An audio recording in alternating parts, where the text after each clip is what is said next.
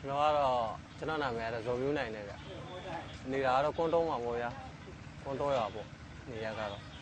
အခုလက်ရှိအလုပ်လုပ်နေတာဝေဖလာပေါ်မှာလုပ်တာပေါ့ကျွန်တော်တို့မိဘတွေကတော့ကျွန်တော်တို့ငယ်ငယ်ကတော့တောင်တူလုပ်တာပေါ့တောင်တူလုပ်တဲ့စီကနေမှတောင်တူလုပ်တာလည်းအဆင်မပြေဘူးပေါ့မိုးကခေါင်ရေရရှားအဲ့လိုမျိုးနဲ့ဆိုတော့အဆင်မပြေတဲ့စီကနေလို့ငားရှာတာပါဗျာငားရှာလို့ကျွန်တော်14-6နှစ်အရွယ်မှာတော့ဒါမရှာတော့ဘူးပေါ့ဖေမေလည်းတက်ကြီးပြီဆိုတော့ပေါ့ဗျာအဲ့လိုမျိုး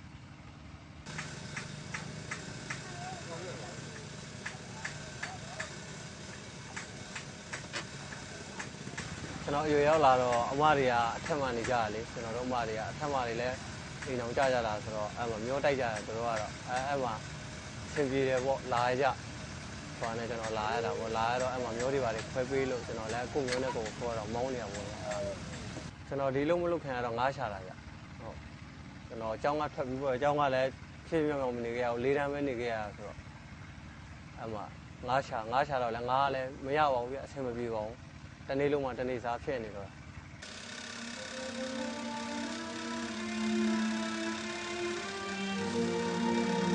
ီမှာတော့ဘယ်လိုပြောမလဲငားရှာတာလောက်ကြီးရတော့မဆင်းရတော့ဘူးပေါ့ဗျာရှင်ရောတိုက်တာဆိုတော့ထိုက်တဲ့လောက်တော့ချောင်းချောင်းလဲလဲတော့ရှိရပေါ့အများတန်းကြီးလို့တော့လဲရှင်ရောစာမရဘူးပေါ့ဗျာရတာတော့ရတဲ့နေ့လဲရတာပေါ့ဗျာရတဲ့နေ့လဲတစ်ခါတည်းတိတ်ကြီးလို့ရတယ်တစ်ခါတည်းလဲကိုယ့်အိထဲဆက်ရတာမျိုးလေးတွေရှိတာပေါ့ဗျာကျွန်တော်မိသားစုကတော့ကျွန်တော်နဲ့ဆိုရင်တော့8ယောက်ပေါ့ဗျာများတော့များတယ်မင်းကလေးက2ယောက်ယောက်ျားလေးက4ယောက်ရှိတယ်ကျွန်တော်တားပေါ့ဗျာတားသမီးပေါ့သမီး2ယောက်နဲ့တား4ယောက်ရှိတာပေါ့မိဘ1ယောက်အနေထားတော့ပေါ့ဗျာကိုတားသမီးကိုပညာတတ်ကြီးဖြစ်စေချင်တာပေါ့အဲ့ဒါကြောင့်မို့လဲကျွန်တော်ငားရှာတဲ့စီကနေလို့ဒီဆွေမျိုးတိုက်တဲ့အလုပ်ကိုပြောင်းပြီးမှလုပ်ရတာပေါ့ကိုတားသမီးတွေလည်းရလာပြီဆိုတော့ငားရှာနေလို့မစားတော့တော့ဘူးဗျအဲ့ဒါကြောင့်ပေါ့ကျွန်တော်တာသမီးတွေကြီးလာရင်တော့ကျောင်းဆရာတွေဆရာမတွေလောက်ခိုင်းပေါ့ဗျာသူတို့ပညာတတ်စေချင်တာပေါ့ဗျာမိဘတယောက်နေထားနဲ့အဲ့တော့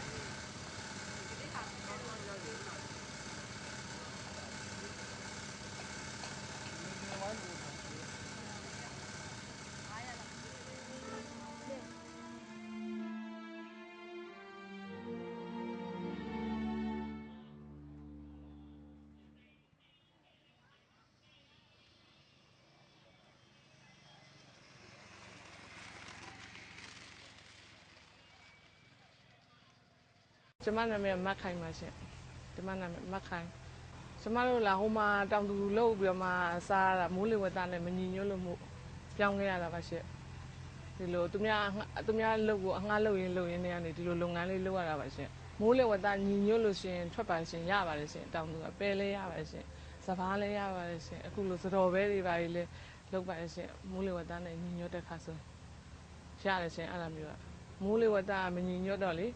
ရေပါတွေရှန်တဲ့အေးရဆိုကျမတို့အမြဲဘေးဆိုတော့လေရေပါတွေရှန်တဲ့ခါကျတော့အစင်မပြေအလိုမျိုးတွေပေါ့ရှင်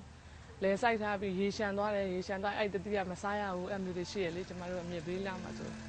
အဲ့မျိုးတွေရှိလို့ပါရှင်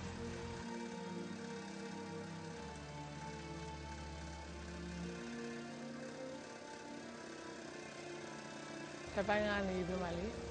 အဲ့လိုမြေသားတွေပါလေခုလိုမျိုးတွေမျောလာတာတော့အဲ့ကြောင့်မို့ခုကျတော့ရွာတွေမှာလဲ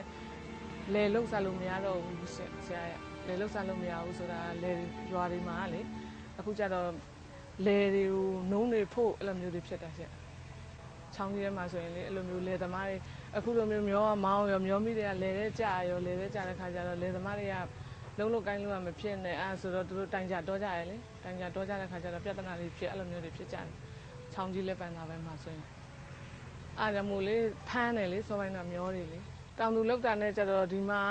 ငွေရွှေ့နာရှိရွှေတော့ဆိုတော့လေငွေရွှေ့တဲ့ခါကျတော့ဒီလိုပဲကျမတို့က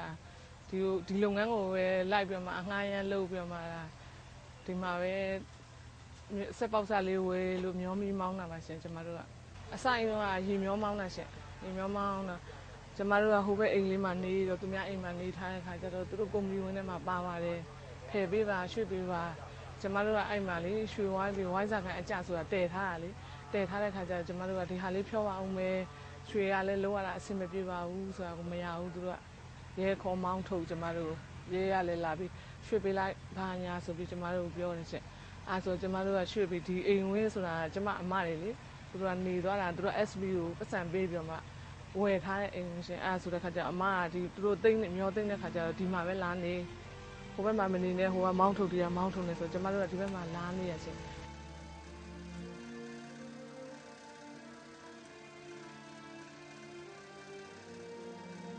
သူတို့ကမျောမောင်းခဲ့တာရှင်ဟိုဘက်ကနေစပြောတာမျောတွေမောင်းလာခဲ့ရှင်မျောတွေမောင်းလာတဲ့ခါကျတော့ဒါကျင်းကတကားကလည်းကျမတို့ဘက်တွေရောက်ခဲ့ရတယ်ဟိုဘက်မှာမရဘူးဟိုမှာကျင်းနေလေဆရာတို့မြင်မှာပါရှင်ကျင်းကြီးတွေအဲကျင်းတွေကနေအဲကုန်းမျောတွေမောင်းရေမျောတွေမောင်းလာခဲ့တာပဲရှင်အဲလည်းတသားဒီဘက်ကိုရောက်လာခဲ့တာပဲရှင်ဒီအင်းထဲရေသူတို့မောင်းထုတ်လိုက်တာဆရာရဲ့နေ့တိုင်းညတိုင်းမောင်းတာလေနေ့ရောညရောမောင်းတာသူတို့အဲမီချိုးနေတယ်လေနေ့တိုင်းညတိုင်းမောင်းတဲ့ခါကျဘယ်လိုလုပ်မှရေကမထွက်နိုင်တော့ဘူးသူတို့ကျင်းကကျဲတဲ့ခါကျတော့သူတို့ကျင်းဘက်ကိုပဲရေကလဲသွားတာဆရာနေ့တိုင်းညတိုင်းမောင်းတာနေ့ရောညရောမနှာဘူးတအောင်မနှာတာသူတို့ရေကသူတို့မျိုးတွေပဲထုတ်ပြလိုက်တာလေထုတ်ပြလိုက်တဲ့ခါကျတော့ကျမတို့ကဘယ်ကရေရှိမှတော့ဆရာတို့မြင်တဲ့အတိုင်းဒီပဲရေကရောနဲ့သူတို့ကျင်းဘက်ကိုပဲရေကကျင်းကျဲတဲ့ဘက်ကိုပဲလဲသွားတာလေ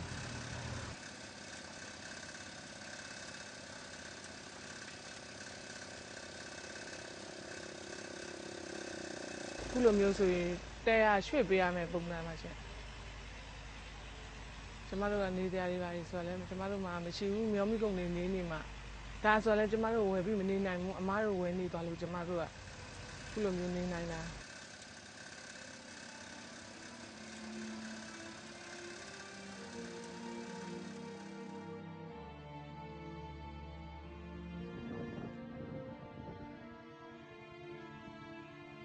ကုမ္ပဏီဝင်လာတဲ့အချိန်ဆိုတော့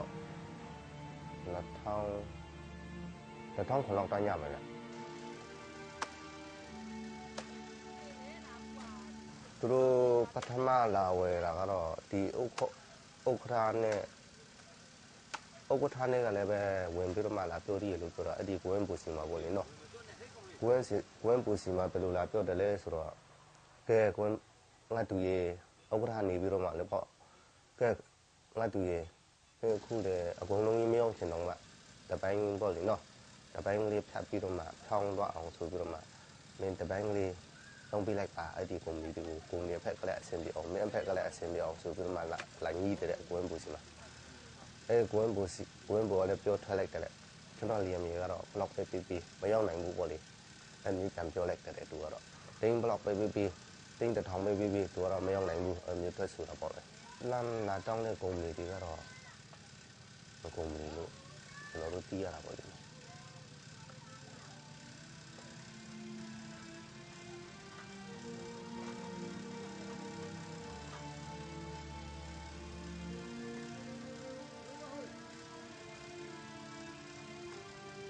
ဝင်ပေါ်အတက်ခံရတာကတော့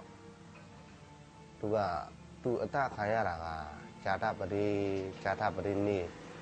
အင်္ဂလိပ်လို့ဆိုတော့25ရက်ပေါ့25ရက်အတက်ခံ25ရက်ညအတက်ခံရတာ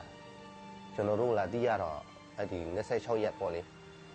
26ရက်က26ရက်မနေ့ပိုင်းကအခုလိုမျိုးဒီထွက်တဲ့အချိန်ပေါ့7 နာရီ9 နာရီအလောက်ရှင်လေးတွေလာတွေ့တာပေါ့လာတွေ့တဲ့လူကဒါဘွဲညီပဲကျွန်တော်တို့ညီပေါ့လေညီတုံးကွဲပေါ့သူကမျိုးတဲ့ဘက်ကနေပြီးတော့မှချင်းချောလာယူမယ်ဆိုပြီးတော့မှဘွဲတဲ့ဘက်ကိုဝင်သွားတဲ့ခါကျတော့ဘွဲကသူတေးပြီးနာနေပြီးတော့မှလေးနေတာပေါ့လေးနေတဲ့ခါကျတော့ကိုဆိုပြီးတော့မှတော့ခေါ်တယ်လေတော့ခေါ်တဲ့ခါကျတော့တိုးလည်းမထူးအင်ဂျီကိုနည်းနည်းလေးကပ်ပြီးမှတော့ကြည့်တဲ့ခါကျတော့သူတာရှက်တွေတွေးလိုက်တဲ့ခါကျတော့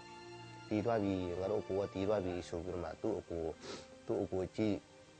ထုံးဝဘောလေနော်အဲ့ဒီမှာကိုမောင်မင်းတို့စီကိုမြို့ဖက်ကိုပြေးတဲ့ပြမတော့ပြောစင်ခဲ့တဲ့